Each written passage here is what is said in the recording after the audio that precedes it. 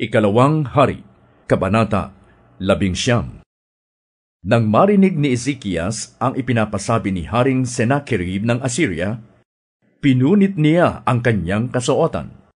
Nagsuot siya ng damit sako at pumasok sa templo. Pinagsuot din niya ng damit sako si Eliakim na tagapamahala sa palasyo, ang kalihim niyang si Sebna, at ang matatandang pari, at pinapunta kay Propeta Isaias na anak ni Amos.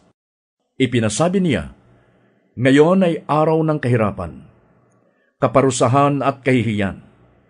Para tayong mga batang dapat nang isilang, ngunit hindi mailabas, sapagkat ang ina nito'y wala ng lakas. Narinig sana ng Diyos mong si Yahweh ang lahat ng sinabi ng opisyal na sinugo ni Haring Sennacherib ng Assyria, upang laitin ng Diyos na buhay. Parusahan nawa ni Yahweh na iyong Diyos ang mga lumait sa Kanya. Kaya ipanalangin mo ang mga nalalabi pa sa bayan ng Diyos." Pagdating ng mga inutusan ng hari, sinabi ni Isaias sa mga ito, "Sabihin ninyo sa inyong hari na ipinapasabi ni Yahweh na huwag siyang matakot sa mga panlalait ng hari ng Assyria.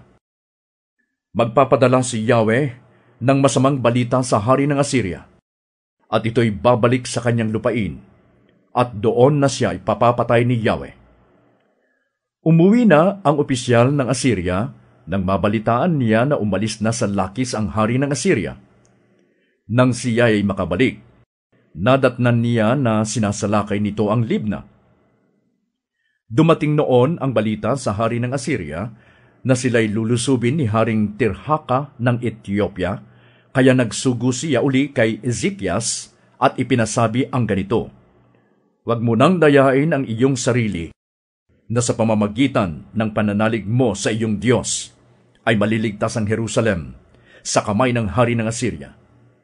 Alam mo naman kung paano natalo ng mga naunang hari ng Assyria ang ibang lupain. Hindi ka rin makakaligtas sa akin. Nailigtas ba ng kanilang mga Diyos ang Gozan, ang Haran, ang Rezeph, at ang mga taga-Eden sa Telasar na tinalo ng aking mga ninuno? Nasaan ang mga hari ng Hamat, Arpad, Sepharvaim, Hena o Iva?"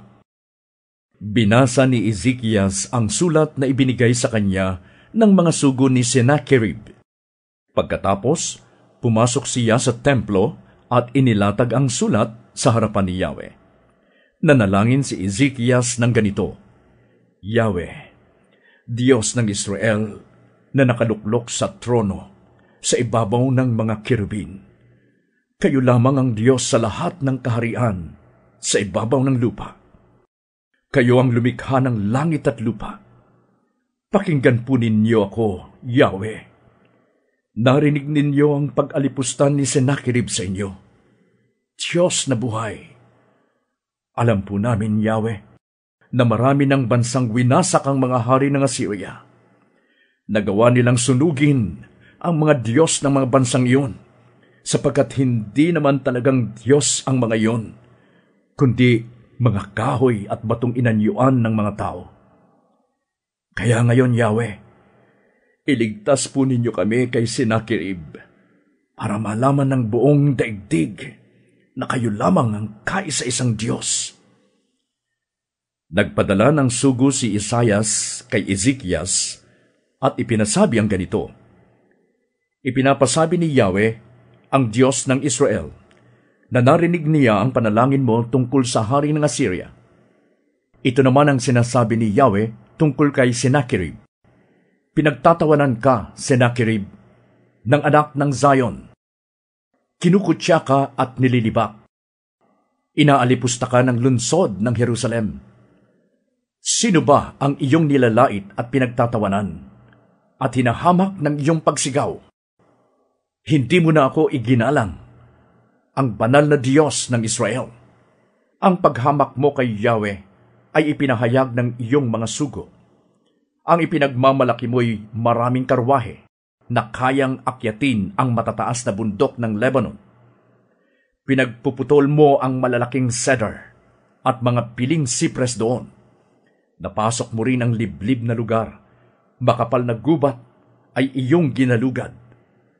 Humukay ka ng maraming balon. Tubig ng dayuhan ay iyong ininom. Ang lahat ng batis sa bansang Ehipto ay pawang natuyo ng matapakan mo. Tila hindi mo pa nababalitaan ang aking balak noon pa mang araw. Ang lahat ng iyon ngayoy nagaganap. Matitibay na lunsod na napapaligiran ng pader. Napabagsak mong lahat at ngayoy bunton ng pagkawasak. Ang mga nakatira sa mga nasabing bayan, pawang napahiya at ang lakas ay naparam. Ang kanilang katulad at kabagay ay halamang lanta na sumusupling pa lamang, natuyong damo sa ibabaw ng bubong. Lahat ng ginagawa mo'y aking nalalaman, ang pinagmulan mo at patutunguhan. Hindi na rin lingid ang iyong isipan. Alam kong sa akin ika'y nasusuklam. Dahil sa matinding poot mo sa akin at kahambugan mong sa aki dilihim, ang ilong mong iyay aking tatalian at ang iyong bibig aking bubusalan. Ibabalik kita sa iyong pinagmulan. Sinabi ni Isaias, Haring Ezekias, ito ay magiging isang palatandaan para sa iyo. Sa taong ito, ang kakainin mo'y bunga ng mga supling ng pinag-anihan. At sa susunod na taon, ay mga bunga rin noon. Ngunit sa 3 taon, maghasik kayo at mag-ani, magtanim ng ubas at kainin ang mga bunga niyon. At ang mga natirang buhay sa sambahayan ni Huda ay muling dadami, mag-uugat at mamumunga ng sagana. May makakaligtas sa Jerusalem. May matitirang buhay sa Zion, sapagkat ito ang gustong mangyari ni Yahweh. Ito naman ang sinasabi ni Yahweh tungkol sa hari ng Assyria. Hindi siya makakapasok sa lunsod na ito, ni makakatudla kahit isang palaso. Hindi niya ito malulusob ni mapapaligiran. Kung paano siya dumating, ganoon din siya aalis. Hindi niya masasakop ang lunsod na ito.